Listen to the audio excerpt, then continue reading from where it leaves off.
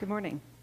So when I was in graduate school, I was a runner, and a friend and I decided that we were going to run the Boston Marathon. And so we started training, and we overtrained, and I developed knee and back problems. So I went to see a physical therapist, and they told me that I had to stop running, and instead I should just stretch. As I was leaving the therapist's office, the physical therapist's office, I saw an ad for a vigorous yoga class that promised not only to promote flexibility, but also to promote strength and cardiorespiratory fitness. So I thought, oh, well, this is a great way that I can stretch, but also remain in shape, and maybe I could even still run the Boston Marathon.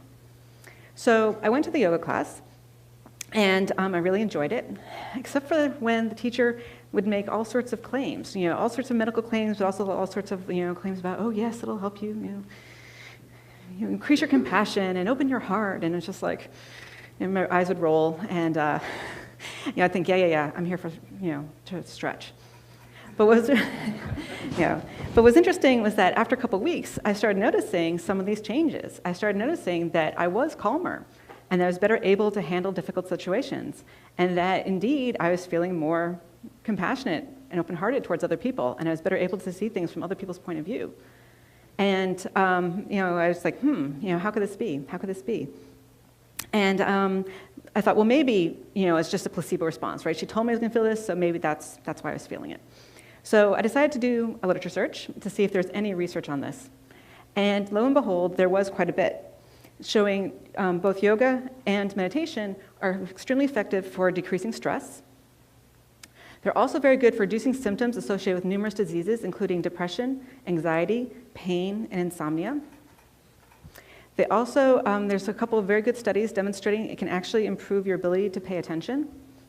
And most interesting, I thought, virtually every study has shown that people are just happier. They report they're more satisfied with their life, and they have a higher quality of life. And so this was interesting to me. And so I decided to switch and start doing this sort of research. And so as a neuroscientist, how could this be happening? How can something as silly as a yoga posture or sitting and watching your breath, how could that lead to all these sorts of different types of changes? So what we know is that whenever you engage in a behavior over and over again, that this can lead to changes in your brain. And this is what's referred to as neuroplasticity. And what this just means is that your brain is plastic and that the neurons can change how they talk to each other with experience. And so and there was a couple of studies demonstrating that you can actually detect this using machines like the MRI machine. The first study was with juggling. They took people who had never ever juggled before, and they scanned them, and then they taught them how to juggle, and they said, keep practicing for 3 months. Then they brought them back after 3 months, and they scanned them a second time. And they found that they could actually detect with the MRI machine changes in the amount of gray matter in the brain of these people in areas that are important for detecting visual motion. So I thought, okay, 3 months, can we detect, can meditation change brain structure too? That's something as, as simple as, juggling. What about meditation?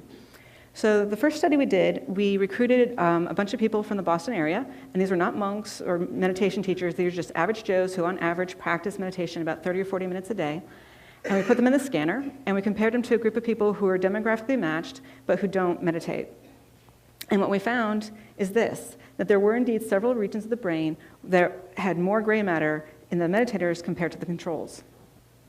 One of the regions I'm going to point out to you is here in the front of the brain.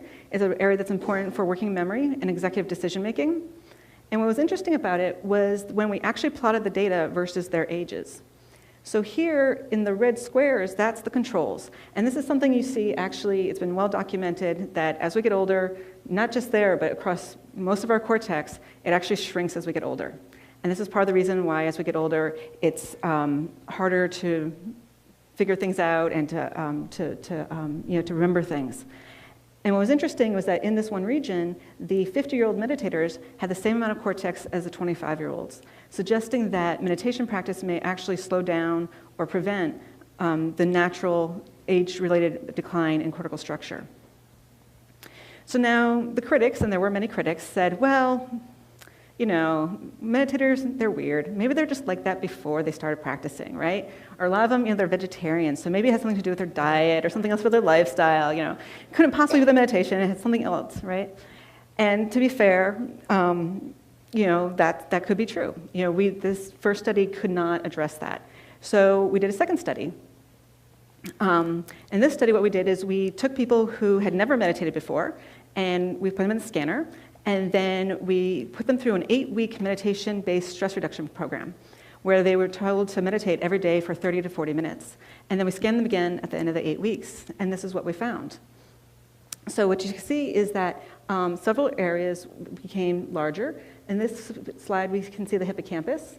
And in the graph, the controls are in blue and the meditation subjects are in red.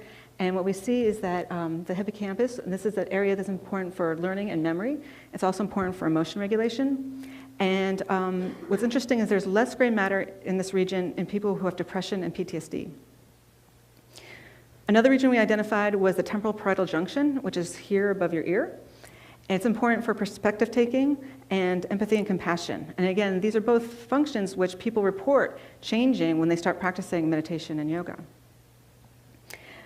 Another region we identified was the amygdala. And the amygdala is the fight or flight part of your brain.